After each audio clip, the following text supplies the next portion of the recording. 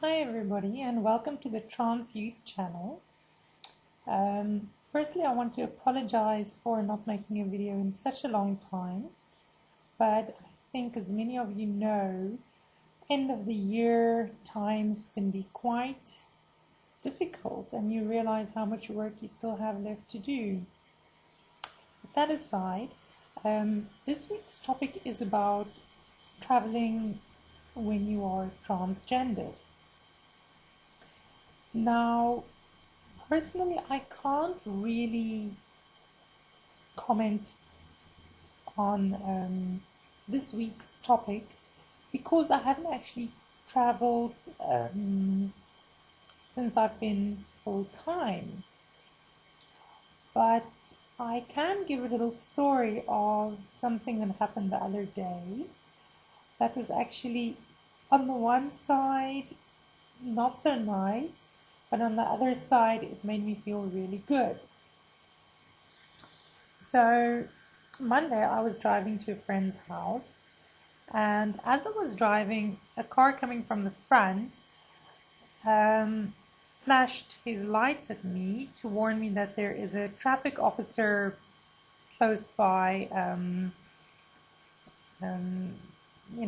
with the thing where they check your speed and give you tickets. I can't think of the name now, but anyway, it's like this little camera thing, and then they see how fast you're driving. If you're driving too fast, and they give you a ticket. So this guy showed me his lights to warn me that there's a traffic officer, and I took notice of it. And then, like, maybe in a matter of 2 seconds, or rather, while I was driving, I was listening to a CD, and the piece that was playing was the Toccata and Fugue by Bach. Now, this is one of my absolute favorite musical pieces. And I was really into this music. I was concentrating on the road, but in my mind, I could just imagine myself playing this, and it's just such a powerful piece of music. And I was listening to it, and this guy flashed his lights, and I realized, okay, this is a traffic officer, I must drive slower. But being encapsulated in the music, I somehow only reduced my speed for 1 second, and then I drove fast again. So long story short, the traffic officer stopped me and pulled me off the road to give me a ticket. So she stopped me and she asked for my license, and I gave her my license, and she started writing out the fine. And so she's asking me, am I from this town, and how old am I, and everything. And she's standing with my driver's license in her hand. Now, on I think in America on the driver's license, it only says M for male and F for female.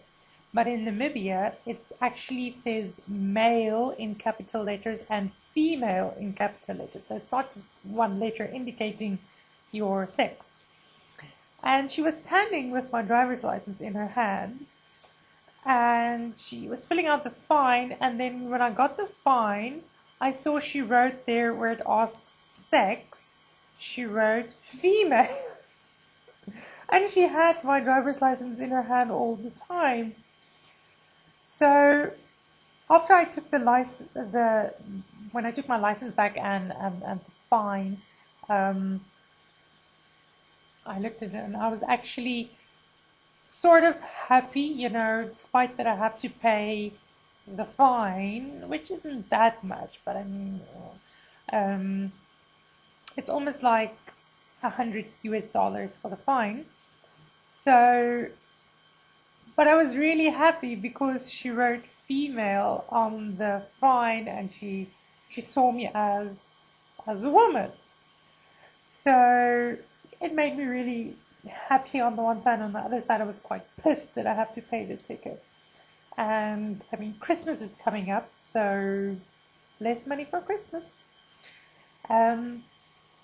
So basically, this is my trans traveling story. Um, I can imagine that I might have problems when I actually have to fly somewhere and present my passport. Because, as I just said in this instance, people read me as female. And only if you know that I was born female, you might say, oh, okay, now there's that sign or whatever. But other than that, people read me as female.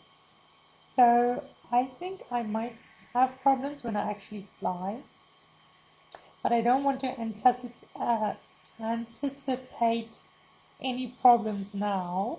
And they might not even look at the gender indicator on the passport, as the traffic officer clearly didn't look at the gender marker on my driver's license. So that's it from me. I hope you're all doing very well, and I will be posting a video now every Thursday.